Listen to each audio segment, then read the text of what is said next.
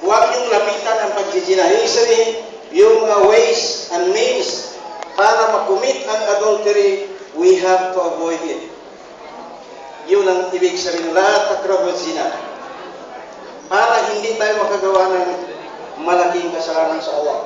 La taqrabu zina, innahu kana fahishatan wa sa'a sabila. Kasi ang pagjijina, pinakamarumi, pinakamasamang daan para ma-acquire natin yung babae. Ang sala at peace ay mapasa ating Propeta Muhammad sallallahu alaihi wasallam. Sinabi rin niya, kung sino man sa inyo, kaumat niya, yung mga Muslim, na kaya niya mag-asawa ng legal at hindi niya gagawin yung pag-aasawa, ay hindi yun nasa ummah, sabi ng Propeta Muhammad sallallahu alaihi wasallam. Falay sa minni, hindi po yung kasamahan. So yung mga lalaki na kaya nilang mag-asawa pero hindi nila ginagawa dahil sa kung anong rason, ayun ay mahigpit na ipinagbawal na Nabi Muhammad sallallahu alaihi wasallam. Wa'ad nattaqillah subhanahu wa ta'ala. Matakot tayo sa Allah subhanahu wa ta'ala kasi ang azab, yung parusa ng Allah ay napakasakit. Mga alipin ng Allah subhanahu wa ta'ala, ang kasal sa Islam ay napakalawak ito na bagay. Ang kasal sa Islam ay isang bagay na ginawa ng Allah para magkaroon, ibig sabihin dito, kasal na legal, pag-aasawang legal. Syar'i, nikah at syar'i. Ang tingin ng Islam dito ay napakalawak. Dahil dito nangyayari na magkaroon ng pamilyang Muslima. Isang pamilya na Muslim. Na yung isang society ng mga Muslim is composed of, the society of Muslims must be composed of Muslim families. So ito ang umpisa. Yung pag-aasawa ng lalaki sa babae Muslima, magkakaroon sila ng pamilya, magkaroon ng maraming anak. Hindi lang ang garab, ang objective natin sa pag-aasawa ay para makuha natin yung babae. Para makasawa natin yung babae kasi nagagandahan tayo. Crush natin. O ano-ano pa dyan na mga dahilan. Inaasawa natin ang babae para maging mag-ipon kayo. Kasi ang nikah, ibig sabihin ng nikah, kung ginagawa natin, pag-asawa, ang ibig sabihin nito is qaddam, sa luga, al-jam. Pag-iisahin natin yung hindi pa nag-is.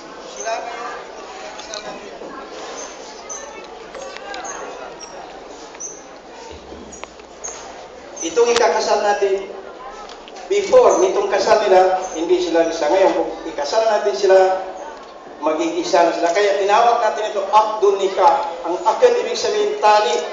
So, tatalian natin ngayon itong lalaki at saka yung babae para magiging isa sila, na mag-produce sila ng mga anak, na magiging isang pamilyang Muslima that compose Islamic society. Yun po ang Islam. Siguro kasi medyo makita ng oras natin, meron lang kaming wasiya dito sa lalaki.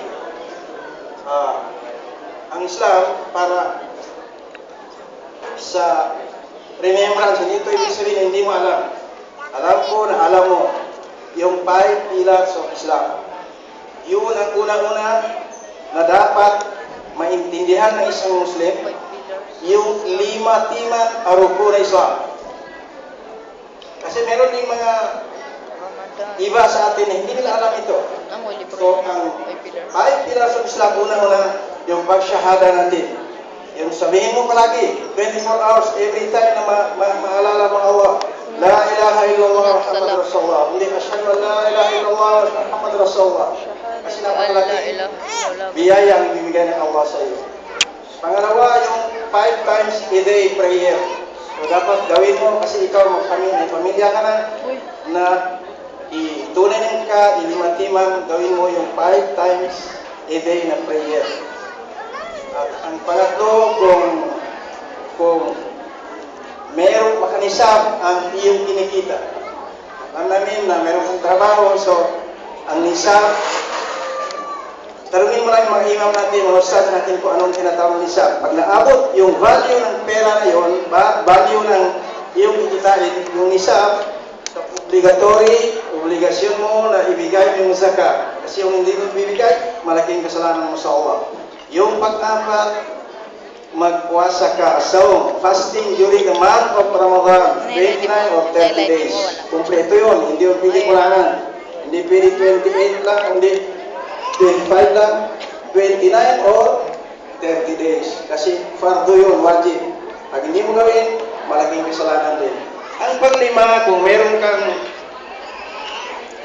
pera na medyo kaya mo mag-hajj, punta ka sa Saudi Arabia, sa Makkah, mag-hajj ka.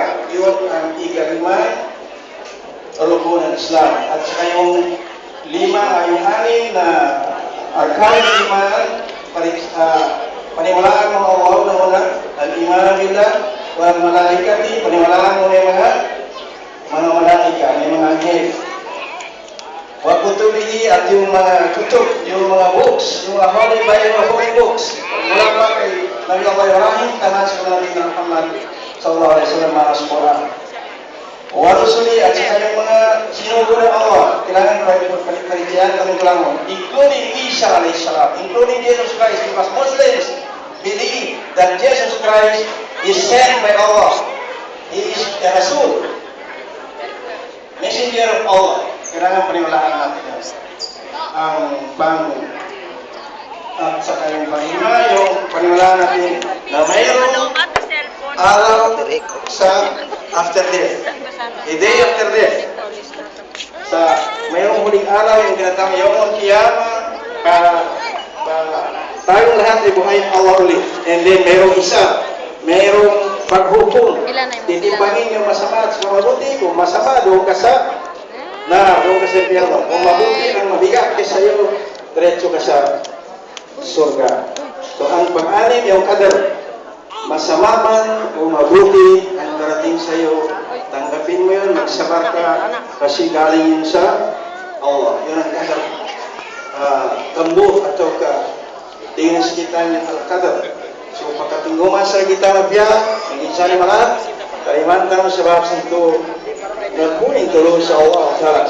Sa mga tulong mga ipanawakan ng Muslim, dito rin kita nun, hindi natin pahabain, alam namin na medyo yung iba, malayo pang pinanggalingan, isunod natin ang dua. Dua ako sa mga na ito, Allahumma barik, barakallahu lak, wa baraka alaik, wa jama'a bainakuma fi khairin, barakallahu lak, wa baraka alaik, وجمع بينكما بخير اللهم اجعل جمعنا هذا جمعا مرحوما وتفرقنا تفرقا معصوما ولا تجعل فينا ولا منا مطرودا ولا شقيا اللهم اصلح لنا ديننا الذي هو عصمة امرنا واصلح لنا دنيانا التي فيها معاشنا واصلح لنا اخرتنا التي اليها مآلنا واجعل حياتنا زيارة لنا في كل خير واجعل الموت راحة لنا من كل شر يا الله يا رب العالمين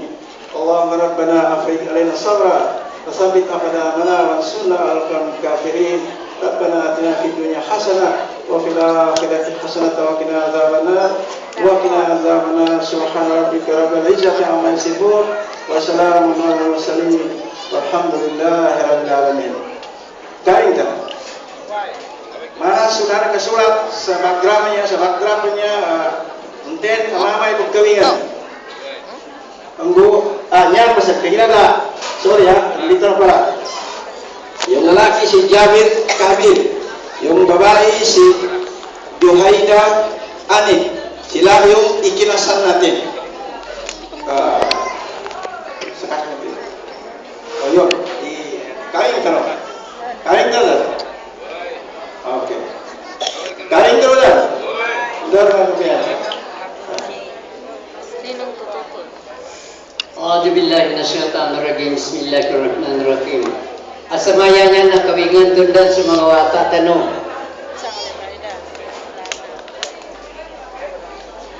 Kawingan nami si Jabir kanidang awatan ni ane kapimbata ni Beliak. Ano wata ni Tahir kapir apimbata ni Biba. Ya dalam magkawingilan na magatos ngibo pilak pinagayunan o dua kembala batat sa magindana o sampur na sumod na bayan. Kapil to nikahahalin at sibijalika insyaAllah. Kalimang ketiga. Jawad tugawan ka suka maatu batakapi matarabay ito namin al-Mahdi. Kawingan nami si Jabir sa kanidang awatan ni ani kapimbatan ni Baliak ruwatan ni Haji Tahir pimbatan ni watan ni Haji Tahir pimbatan ni Bibaya dalam makawingilan na magatos ngibo apela ka pinagayunan o dua kambala batat sa kita na sa purnaso gudabayan. InsyaAllah tiga. InsyaAllah.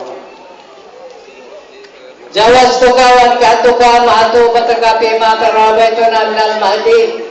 Kawingan ni si Jabir sa kanitang awatani ani kapimbatan ni Baliak aduwatan ni Haji Tahir kapir apimbatan ni Biba. Ya dalam kawingilan na magatos ngibo apilak pinagayunan dua kembala batat sa magitanaw sampurna sugad na bayan kabil sa nikah akinat si Bijay. InsyaAllah. Kalimang. Kalimang po. Ano at ano? A'udzu billahi minasyaitonir rajim. Bismillahirrahmanirrahim. Allahumma atim nikahahuma wa tafiq li azwajihima min kulli shay'in umurihima wa ja'alhuma warzan salihah yattabi'ul huda ala sabili ahli sunnati wal jamaah. Wa'udzu bika min syarri tilaq wal firaq wal hilafati min fadlika ya arhamar rahimin.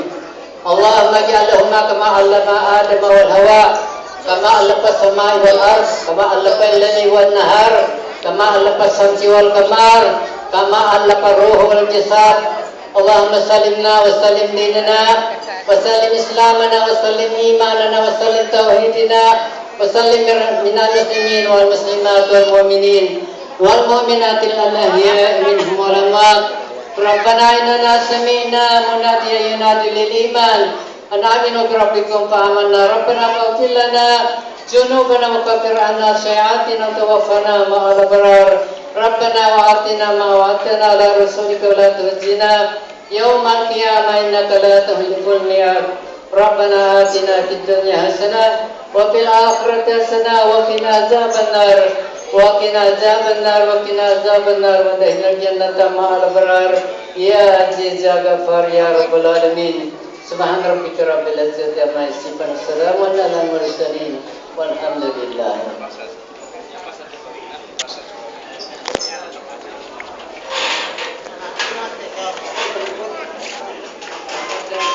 So, yung lalaki po, after yung binasa ng imam natin, pupunta na po siya sa babae. At